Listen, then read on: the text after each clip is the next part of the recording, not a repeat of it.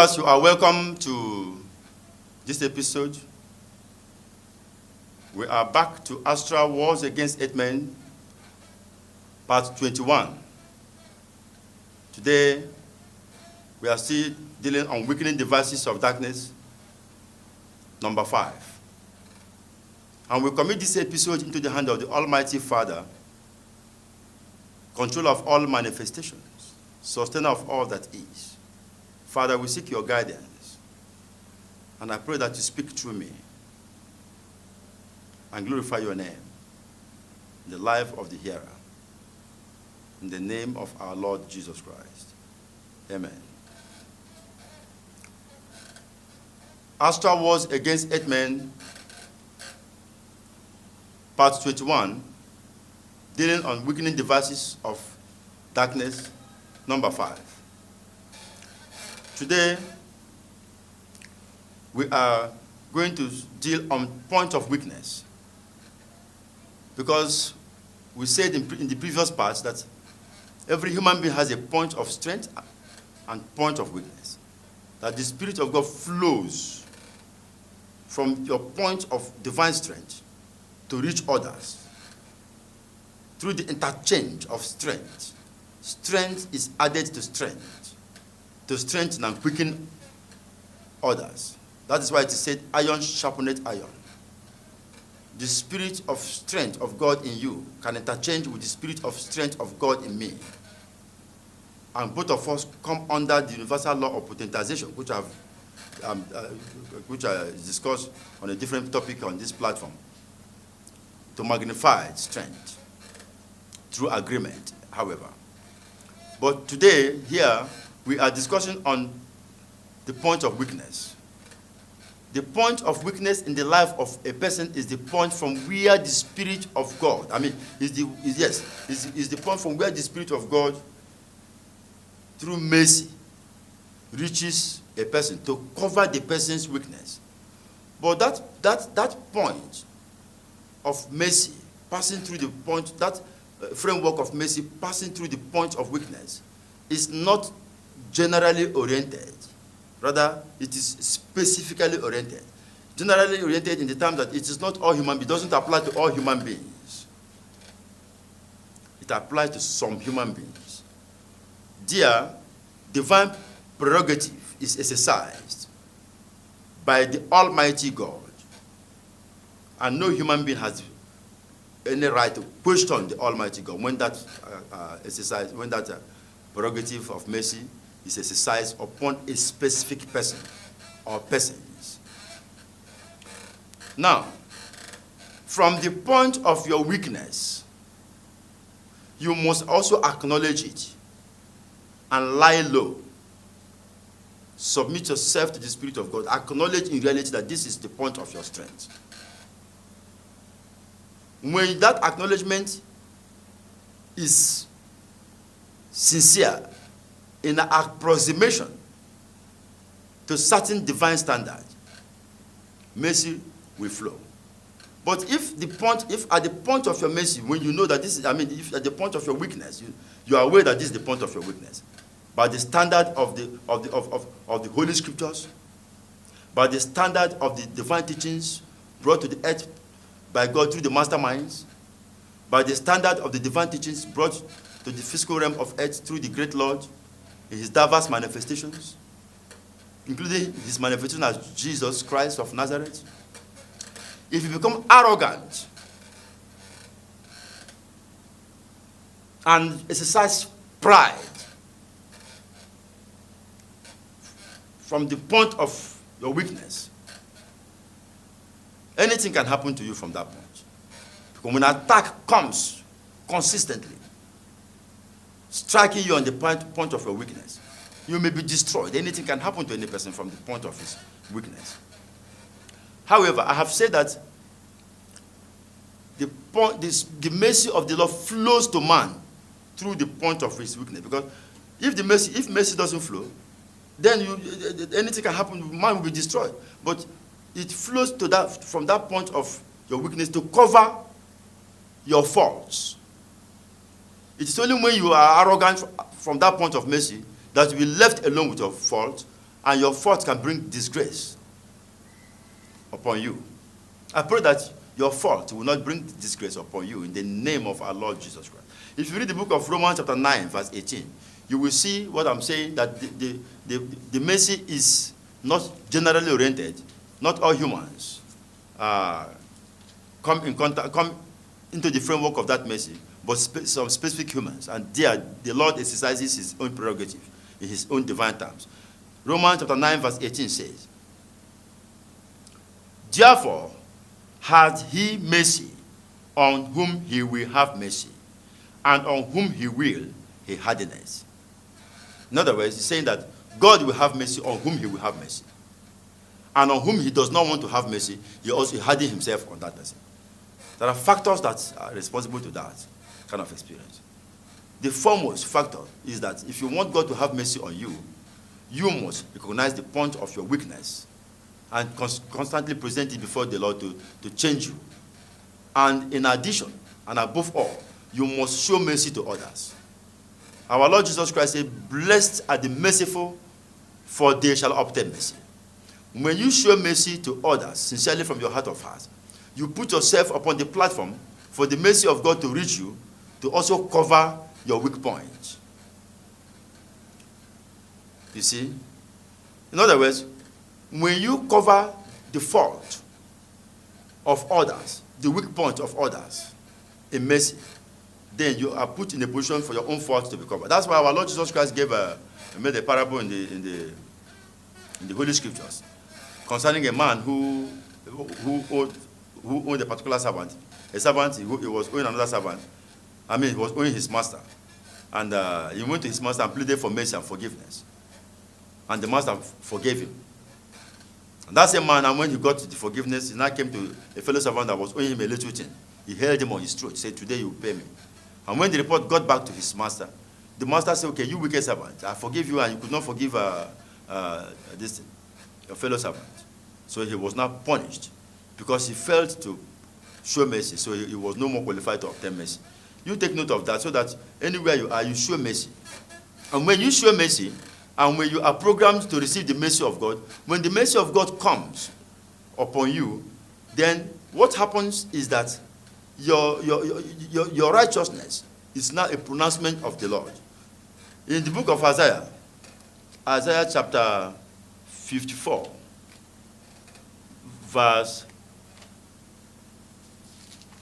Isaiah 54, verse 17. The Lord said, no weapon that is formed against thee shall prosper, and every tongue that shall rise against thee in judgment thou shalt condemn. This is the heritage of the servants of the Lord, and their righteousness is of me, said the Lord. Their righteousness is of me. Meaning that it is by his own prerogative that he pronounces that righteousness upon you. And when that righteousness is pronounced upon you, the human beings may see your fault. They may talk about your fault. They may backbite you from the point of your fault. But if you have received mercy, and if your righteousness is of the Lord, then that righteousness of the Lord covers all those faults. And when that is done, whoever goes into action of backbiting you, talking against you from the reference point of your fault, the person by law takes that fault upon himself. It goes into the record of that person. That's why the Lord said that. He said, judge not, so that you will not be judged. You know. He said, because with what judgment you judge, you shall be judged. And with the measure you made, shall be meted back to you. So what it means here is that the Lord can cover the sins of some people. But you see, it's not everyone. Because people are also punished because of their sins. And you see some people, their sins are covered. So you see, in such terms, all human beings are the same on one hand. But on the other hand, all human beings are not the same. Because not all human beings have this mercy flowing upon them.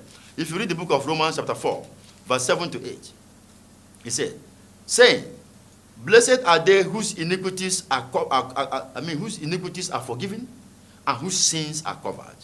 Blessed is the man to whom the Lord will not impute sin. This is the point. They have sins. They have iniquities. But these sins are covered and these iniquities are forgiven by the Lord. And when that is done upon a person, the pronouncement that the righteousness of the person is from the Lord comes into play. He becomes a blessed man. But he didn't say blessed are all men. He said blessed, saying, blessed are they, that is some human beings among men, whose iniquities are forgiven. They have iniquities, they commit it, but they are forgiven. And whose sins are covered. They are covered. And when the Lord was speaking to me on this matter, I remember he did say to me, he said, I cover the sins of those that cover the sins of others. If you pick up the sin of another human being and begin to mock him, make a mockery of him, then your own sin will become exposed and possibly potentized. You see? So, you have a weakness. I have a weakness. Every human being in the planet, we have weaknesses. Sometimes you may decide to pray against your weakness so that God will take it away. Sometimes he may take it away. Sometimes he may allow it to be there. He may allow it to be there so that, because you know that the enemy will fight hard to destroy you through the point of your weakness. If he has covered your weakness for you, the enemy fights there in vain.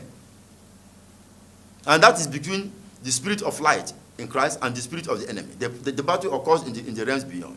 Because the enemies will come with evidence that, look, this man here, or this woman there, look at his fault.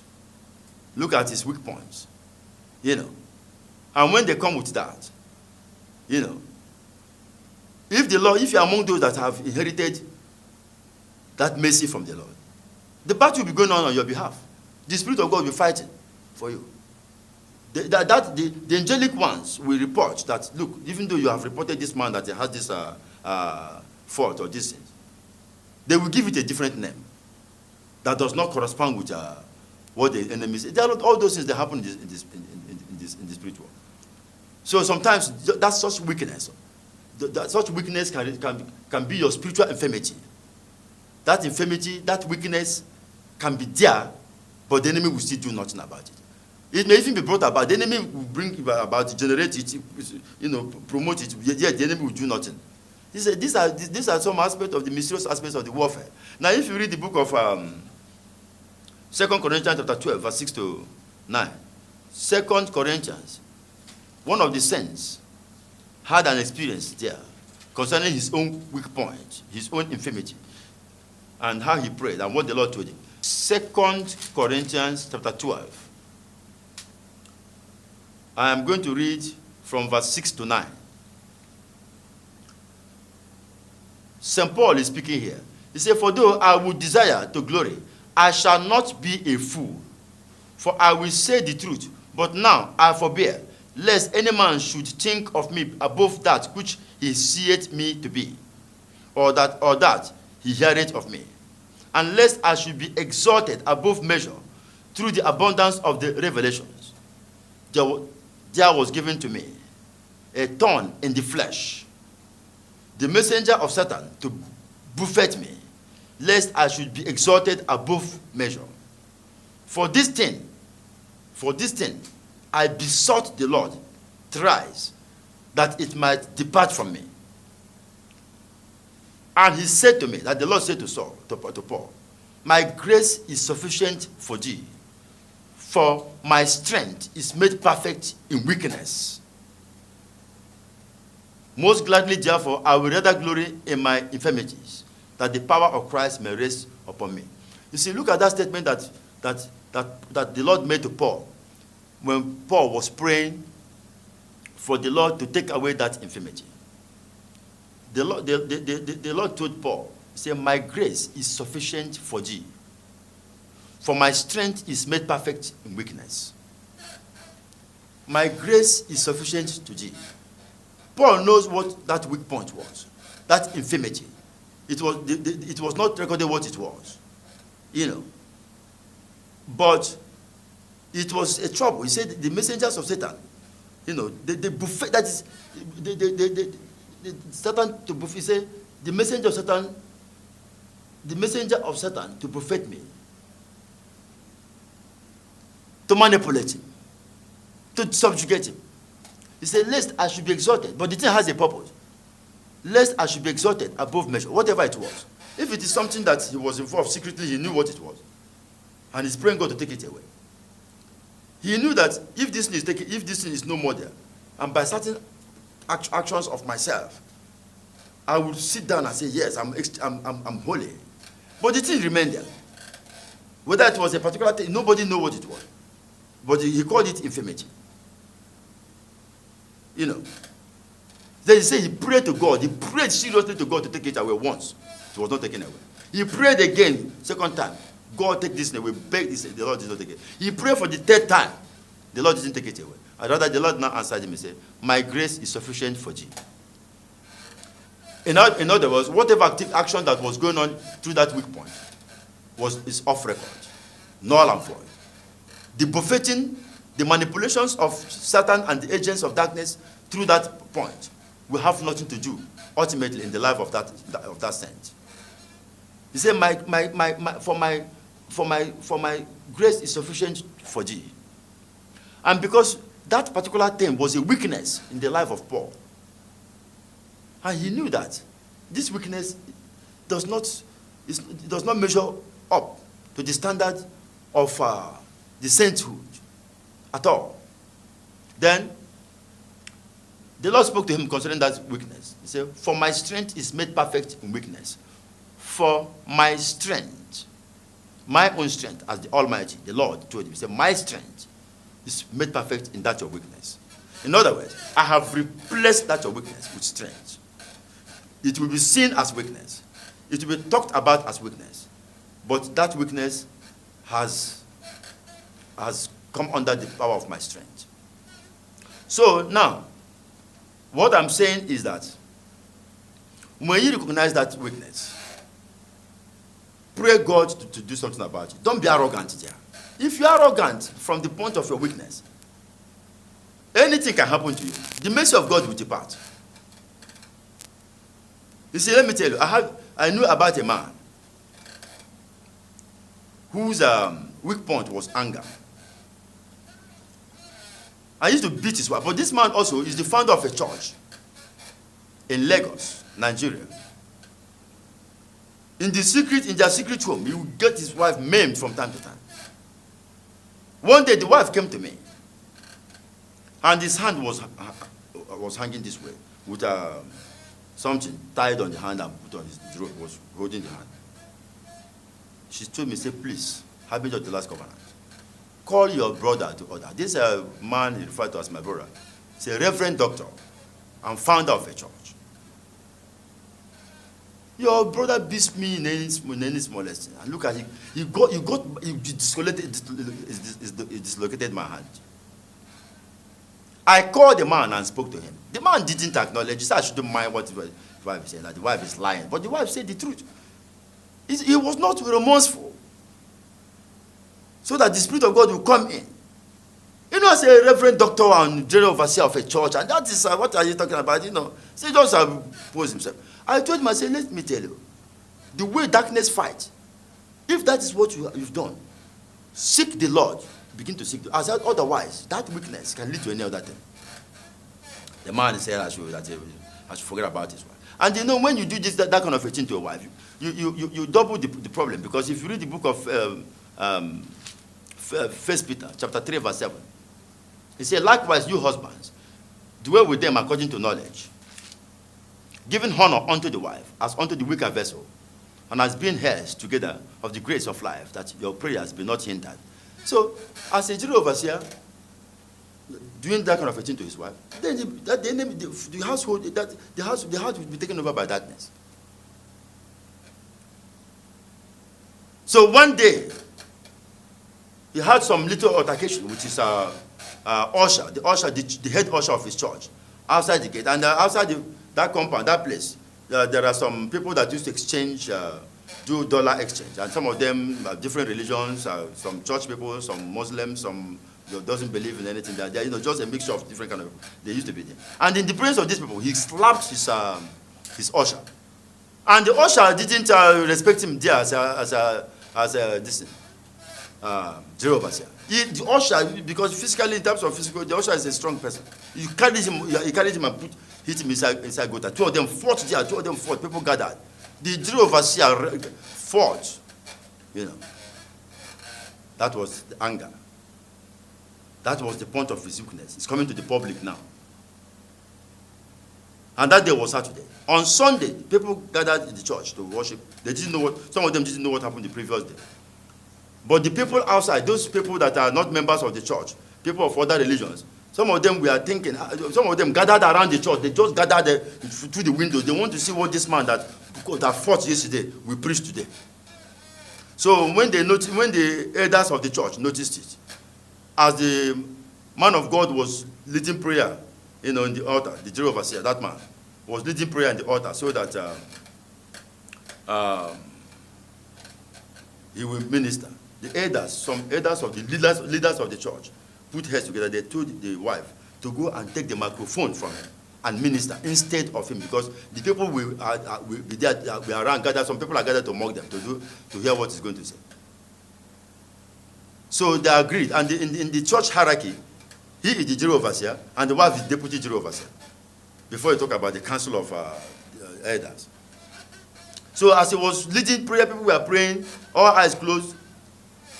The wife went to him quietly in the altar and tapped his leg as he was leading prayer. And I told him what the leaders of the church said, that please look at the people gathered. And the man saw them all, they all gathered outside. The man didn't give a damn. Said, as the wife was talking, in the altar, this was in the altar now. What the congregation had was, bim! He blew the mouth of the wife in the altar there.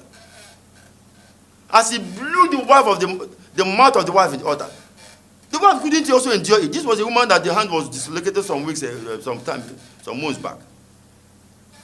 Something came upon the woman, because the enemy now has the enemies have their way at that moment. The woman bent down and carried the general overseer, the husband, from the leg, lifted him up and hit him on the ground in the altar there. Everybody in the church, all eyes open, they saw that the man of God and his wife, boxing each other in the pulpit. Heavy fight. That day, that was how the church ended. Everybody, this one will carry his Bible. That is, I am telling you now that church ended that day. After that day, no single human being attended that church again. That was how the church was closed down, and some other people bought the church and used it for a different thing. So we have to be very careful. Recognize your point of weakness as well, and seek the Lord constantly. The Lord can come and intervene and change that point. If you decide to leave it, like in the case of Paul, he said, Paul, don't worry, let this point of your weakness remain. Let this point of your infirmity remain, but my strength is made strong there. Such things can happen. It can also happen that it is taken away. But the first thing you must do is to recognize it. Don't deceive yourself, and don't be arrogant there. These things have happened in different places. Like in Warri, I've said this here on this platform.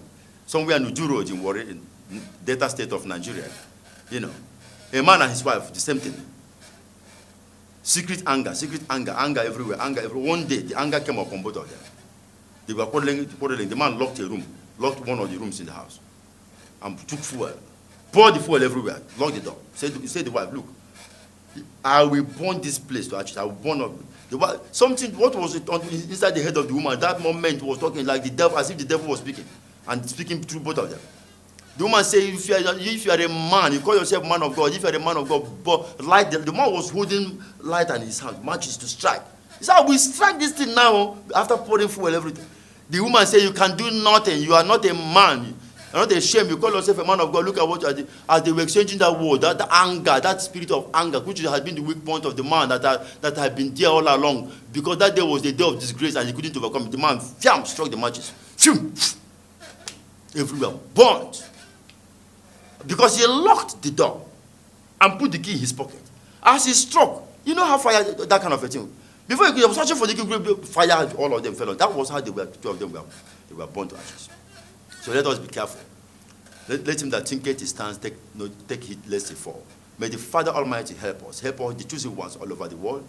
Help the viewer of this message anywhere you are. Pray the Father to deliver us from our weaknesses, to cover our weaknesses, strengthen us. I pray that his spiritual strength will come into the point of our weaknesses.